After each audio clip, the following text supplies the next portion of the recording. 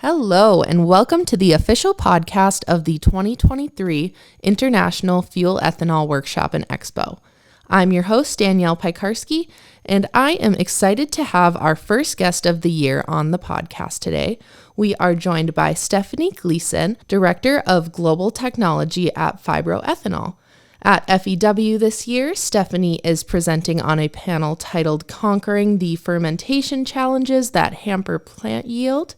This panel will take place at 3:30 p.m. Tuesday afternoon, and Stephanie will be presenting on identifying the cause and mitigating the impact of stuck and sluggish fermentations. Welcome to the podcast, Stephanie. Thank you for joining us today. Thank you for having me today, Danielle. Of course. So why don't we start with having you share some of the factors that can cause stuck and sluggish fermentations? Yeah, and I think that's a great first question. I think it's important to define what I mean by sluggish fermentations in this context first. A sluggish fermentation exhibits decreased ethanol production rates, reduced substrate utilization, and an increase in byproduct formation. A sluggish fermentation can turn into a stuck fermentation, which is a fermentation that has very limited ethanol generation and substrate utilization throughout the process. And there are many factors that can contribute to stuck or sluggish fermentations occurring in your plant. Any factor that inhibits yeast health and productivity has the potential to result in a stuck or sluggish fermentation, including but not limited to improper yeast nutrition, stress factors such as temperature and osmotic stressors, microbial contamination, and even potentially process conditions like insufficient aeration and or incorrect or missed inputs. In addition to providing a comprehensive review of these factors, I want to also focus on some of the less common causes of stuck and sluggish fermentations, how to identify them and correct for them. And these are things that include feedstock quality, nutrient limitations, ions, and other recycled inhibitors. Great. So now that we've covered the factors, can we examine some of the more serious consequences of having problem fermentations in a facility? Yes, definitely.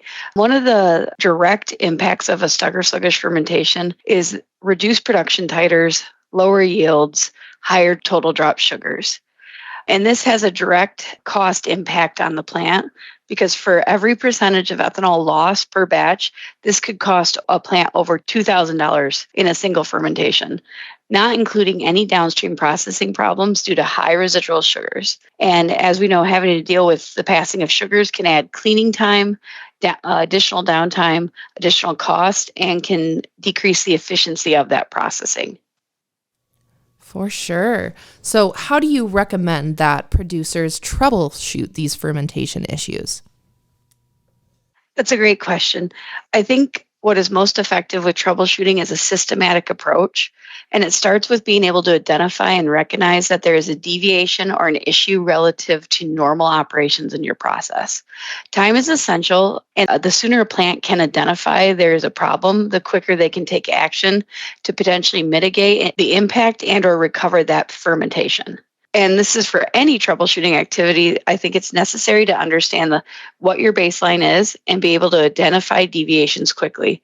So that means the plant must know what's normal or standard for them and their current operations. And then once the problem has been identified, it's important to narrow down the potential causes. Look to rule out some of the more common causes of stuck or sluggish fermentation, such as contamination, temperature stress, missed or changed inputs, so missing an enzyme addition, nitrogen additions, or any other input that may be added to the process.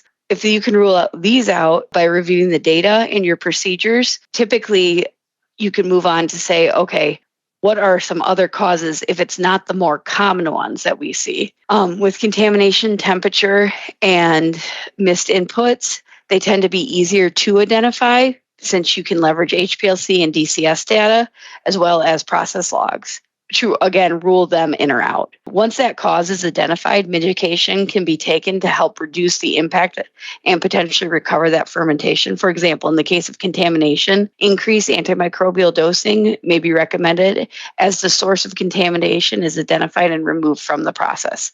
However, if the cause is not as evident and or a result of a combination of factor, then we would recommend deploying additional troubleshooting steps, or you may need to go deeper to understand what is causing your stuck or or sluggish fermentation. And this can include laboratory testing, taking additional steps to promote yeast health in the process, and plant process and procedure reviews and or walkdowns. And by taking that systematic approach to troubleshooting, the cause of a stuck or sluggish fermentation can be identified and potentially prevented in the future. Great answer. Thank you, Stephanie. So for those who would like to hear more about what you can do to optimize your fermentation, make sure to tune into Stephanie's panel, Conquering the Fermentation Challenges That Hamper Plant Yield, at 3:30 p.m. Tuesday afternoon.